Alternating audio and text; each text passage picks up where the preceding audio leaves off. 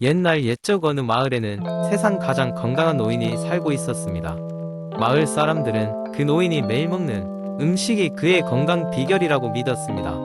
어느 날 마을의 젊은 청년이 노인을 찾아가 그 비결이 무엇인지 물었습니다. 노인은 미소를 지으며 자신이 매일 먹는 특별한 슈퍼푸드 리스트를 소개하기로 했습니다.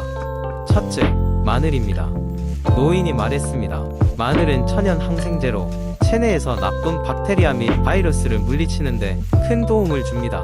마늘을 먹으면 감기에도 잘 걸리지 않아요. 둘째는 생강입니다. 노인이 이어서 설명했습니다. 생강은 소화를 돕고 몸의 열을 높여 면역력을 강화시켜 줍니다. 생강차는 몸을 따뜻하게 유지하는 데 좋은 친구입니다. 노인은 점점 이야기에 깊이를 더해가며 또 다른 슈퍼푸드를 소개했습니다. 지금부터는 과일로 넘어가 볼까요? 블루베리가 있어요. 블루베리는 항산화 물질이 풍부해서 면역세포의 기능을 개선하는 데 도움을 줍니다. 이어서 노인은 녹차를 손에 들어보고 이야기했습니다. 녹차는 항산화제와 카테킨이 많아요. 이것들은 면역체계를 강화하고 병원균의 활동을 막아주지요. 하루 한 잔의 녹차는 건강을 지킵니다. 그리고 노인은 고구마를 꺼내 들었습니다. 고구마는 베타카로틴과 비타민C가 풍부합니다. 이 성분들은 면역력을 높여주고 피부 건강도 함께 유지시켜줍니다. 다시 채소로 돌아와서 노인이 강조했습니다. 브로콜리를 빼놓을 수 없지요. 브로콜리는 면역체계에 중요한 영양소인 비타민C, A, E가 모두 들어있습니다. 자신만의 작은 방패가 되는 셈이죠. 청년은 노인의 말을 하나하나 귀담아 들으며 언젠가 자신도 그런 장수의 비결을 가질 수 있을 것이라 생각했습니다. 마지막으로 요거트를 소개하고 싶군요. 노인이 덧붙였습니다. 요거트 안에 유익균은 장 건강을 좋게 만들고 장은 몸 전체의 면역력의 중심지입니다. 하루에 한 컵의 요거트로 장의 면역 기능을 강화시킬 수 있습니다. 이렇듯 노인의 슈퍼푸드 리스트는 단순히 음식을 나열한 것이 아닌 생활 속에서 자연스럽게 몸을 지킬 수 있는 지혜로운 지침이었습니다. 청년은 노인의 조언을 실천하여 마을 사람들에게 건강한 삶을 전파하기 시작했습니다. 시간이 지나 그 마을은 건강 과장수로 유명한 마을로 소문났다고 합니다. 두 번째, 이야기의 인터넷과 소셜미디어의 발달로 인해 정보의 전달은 매우 쉬워졌고 그만큼 잘못된 정보도 급속히 퍼질 수 있는 환경이 조성되었습니다. 특히 건강과 관련된 루머는 사람들의 두려움과 불안을 자극하여 그 파급력이 더욱 큽니다.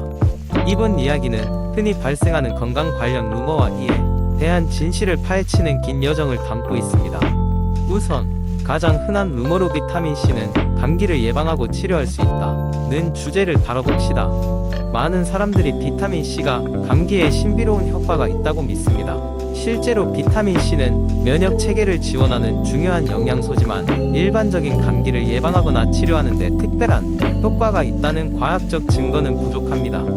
다만 평소 비타민C가 풍부한 음식을 통해 면역력을 튼튼히 하는 것은 건강 전반에 이롭습니다.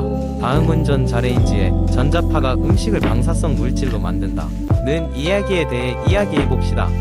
전자레인지는 음식을 조리할 때 비이온화된 전자파를 사용하기 때문에 방사능을 생성하지 않습니다. 전자레인지의 전자파는 단지 물 분자를 진동시켜 음식이 데워지게 하는 것이며 이는 물리학적으로 방사능과는 완전히 별개의 과정입니다. 세 번째로, 체온을 낮추면 지방이 더 잘 연소된다는 다이어트 방법에 대한 오해를 설명하고자 합니다. 체온을 낮추는 것이 대사를 촉진하여 칼로리 소모를 증가시킬 수 있다는 연구가 있긴 하지만 실제로 이 방법이 효과적인 체중 감량 전략이라고 보장할 수는 없습니다. 저체온 상태는 건강상의 위험을 초래할 수 있으며 장기적인 체중 감량을 위해서는 균형 잡힌 식단과 규칙적인 운동이 중요합니다. 마지막으로 유전자 조작 식품은 건강에 해롭다는 루머에 대해 간과할 수 없습니다. GMO 식품은 더 나은 영양가, 성장 속도, 병충해 내성을 목표로 개발된 것이며 현재까지 과학적 연구에 따르면 일반적으로 안전하다고 평가됩니다. 하지만 이에 대한 상반된 의견도 존재하며 신중한 접근이 필요합니다. 결론적으로 건강과 관련된 잘못된 정보는 피상적으로는 그럴듯해 보일지 모르나 철저한 과학적 검증이 부족한 경우가 많습니다. 따라서 건강 정보를 접할 때는 신뢰할 수 있는 출처를 통해 비판적으로 검토하고 전문가의 의견을 참고하는 것이 중요합니다. 이러한 자세는 개인의 건강뿐 아니라 정보 사회에서 올바른 시민의 자질을 갖추는 데도 중요한 밑거름이 될 것입니다. 세 번째 이야기. 어느 작은 마을에 살아가는 한 남자가 있었다. 그의 이름은 재후. 재후는 늘 건강에 대해 관심이 많았지만 정작 자신의 몸을 돌보는 데는 소홀했다. 그래서인지 어느 날부터 감기에도 쉽게 걸리고 언제부터인가 무기력함이 지속되었다. 그런 그에게 어느 날 친구가 찾아와 면역력을 강화할 좋은 방법이 있다며 권장한 것이 있었다.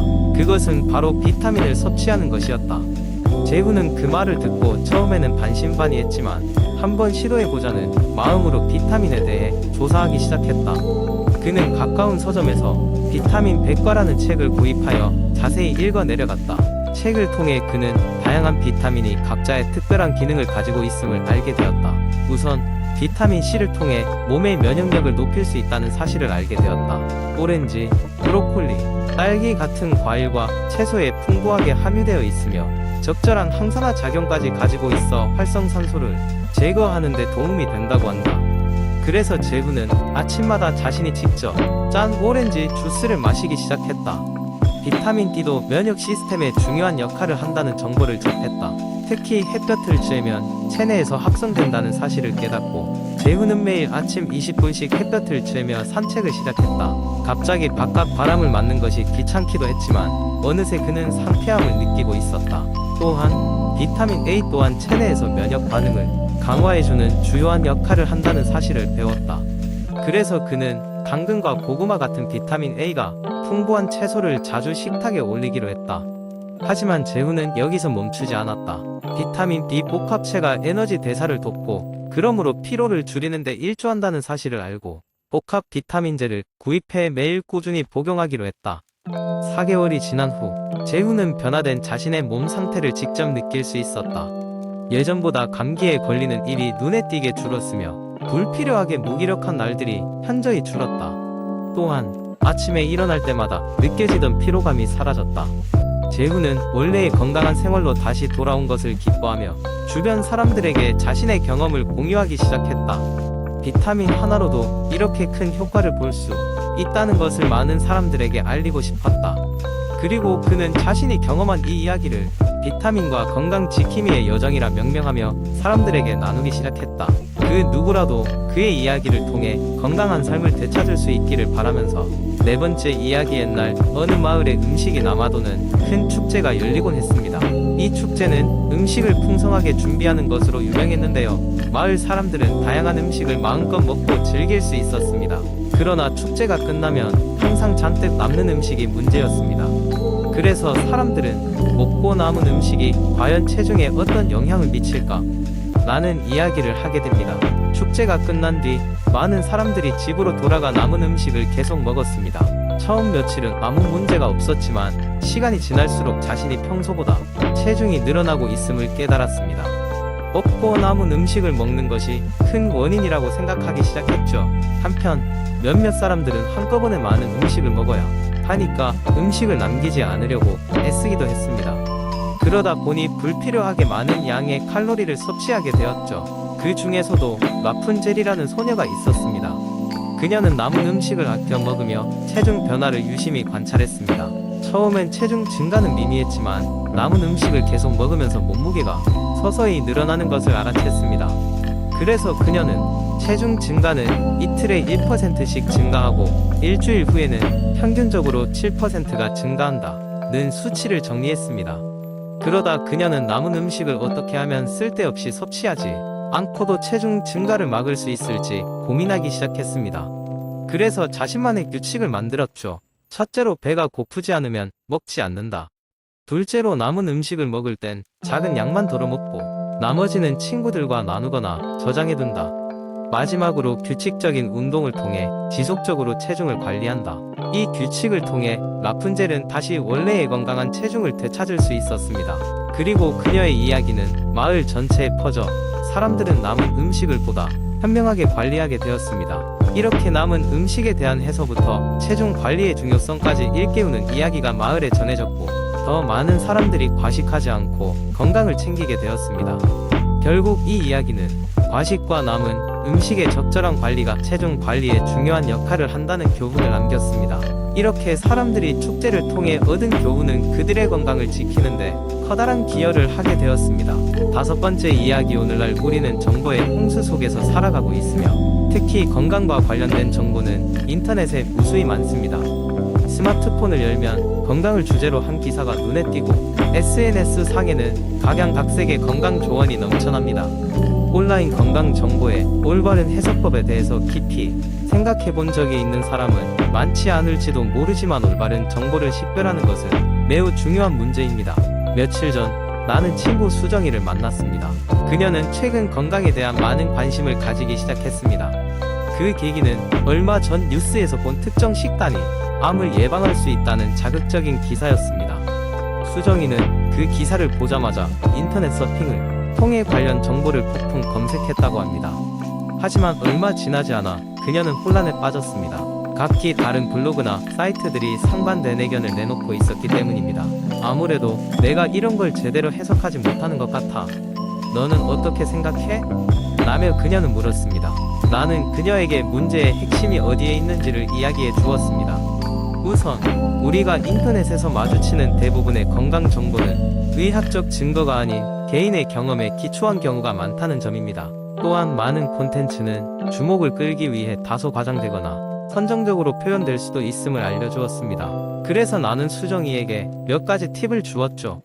첫째, 출처를 확인하라고 했습니다. 정보의 출처가 공신력 있는 기관이나 저명한 연구를 기반으로 하는지 확인하는 것은 매우 중요합니다. 학술적인 논문이나 공공기관의 공식 홈페이지 같은 신뢰할 수 있는 곳의 정보를 중점적으로 살펴보라고 권유했습니다. 둘째, 최신 정보를 확인하라고 조언했죠. 과거에는 옳다고 여겨졌던 이론이나 의학적 판단이 시간이 지나면서 새로운 연구 결과에 의해 수정되거나 폐기되는 경우가 있습니다.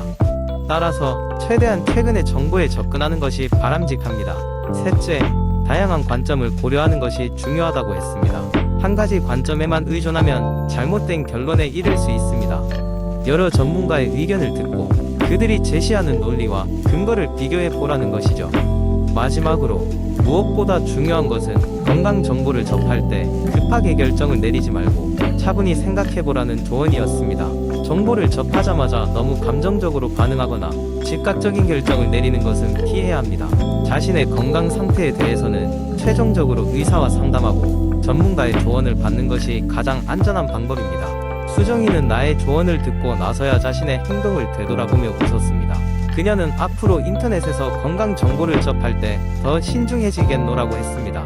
그리고 우리는 앞으로도 서로 건강 정보를 공유하며 출처와 신빙성을 항상 검토하자고 약속했습니다. 이러한 대화는 우리에게 정보의 신뢰성을 탐색하는 것이 중요하다는 것을 다시 한번 상기시켜 주었습니다. 온라인에서 제공되는 무수한 건강 정보 가운데 과연 무엇을 믿고 따를지 고민하는 것은 분명한 우리의 과제이기 때문입니다. 올바른 정보를 선택하는 지혜는 그 어떤 것보다도 우리의 건강을 지키는데 크게 기여할 것입니다.